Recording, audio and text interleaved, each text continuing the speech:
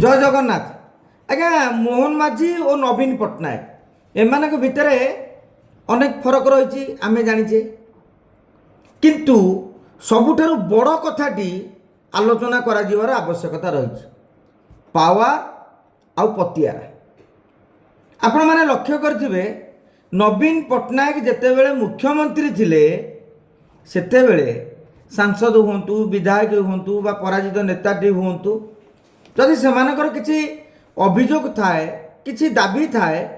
से माने सीधा सड़क दलीय फोरम को आसती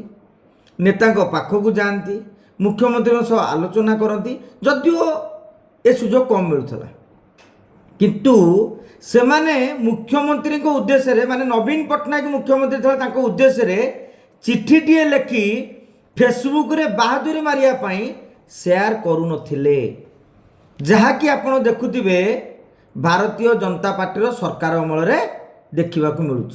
अतएव तांको नेता माने तांको मुख्यमंत्री को बहुत हल्कार नेउछन। गोटे छोटिया उदाहरण देले आगे आप जानीपारे नयागढ़ पूर्वतन सांसद पूर्वतन बीजेडी सांसद प्रत्युषा राजेश्वरी सिंह एवं गोटे मुख्यमंत्री पाखक चिठी लिखिं जे जड़े ज्योतिरंजन सामंतराय पुलिस अफिसर अच्छा साकू नयागढ़ विदा कर दिया जाऊ बदली कर दिया जाऊ। ठीक अच्छे आज्ञा जदि ज्योति बाबू आपण कथा न शुणिले आपण क्षुब्ध होइके कथा लिखिले मुख्यमंत्री को जदि लिखिले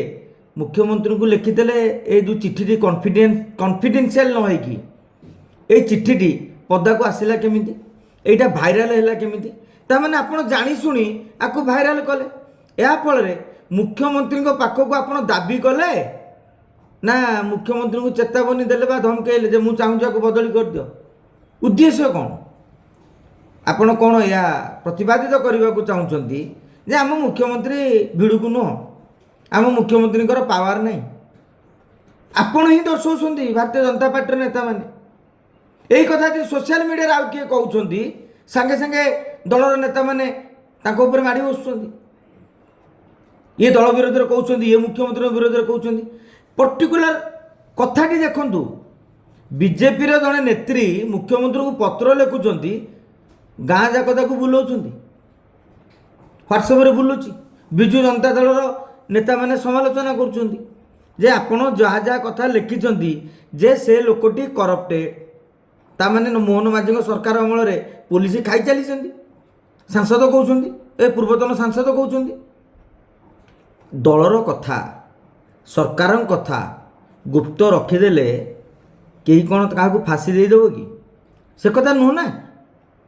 तेणु भावुची प्रत्युषा मैडम तीन दल बुली सारे प्रथम थे कांग्रेस तापर आइले बीजेडी को तापर आसिले बीजेपी को आसु आसु से तांकर खेल आरंभ करदे। तेणु जो कहा जाए घर भितर ही शत्रु थांते बाहर शत्रु को बेसी डरवा उचित नुहे कहीं जी शत्रु सी सब शत्रु किंतु घर भितर थी मुख्यमंत्री को बदनाम करने उद्देश्य एभली चिठी लिखिकी फेसबुक रे छड़ा जाउची कि से ताकू प्रचार करा जाउची। तेणु मु भावुची नयागढ़ बीजेपी नेता माने कार्यकर्ता माने टिके ताको मैडम को पचारतु आपणकर उद्देश्य कौन मनमोहन सामन सागर कथा हो पार न मोहन माझी सागर कथा हो पार न सागर कथा ही कौन जड़े पुलिस की आपण बदली कर पार न पुलिस टे आपण कथार बदली होनी कि सरकार कि पावर एक कथा भी हेजिबा दरकार। तेणु देखा जाऊ आगामी दिन में आउ कौ कौ एमएलए कहीं पूर्व अनेक विधायक एमपी प्रदीप पुरोहित आरंभ करी अनेक विधायक एमती सरकार को चिठी लिखिकी से सब पोस्ट भाइराल कर माननीय मुख्यमंत्री महोदय लोकंर मुख्यमंत्री आपण प्रचार करुँच आग टिके निज घर कथा सजाड़ी देले आपणकर प्रभाव पतियारा रहंता। जय जगन्नाथ।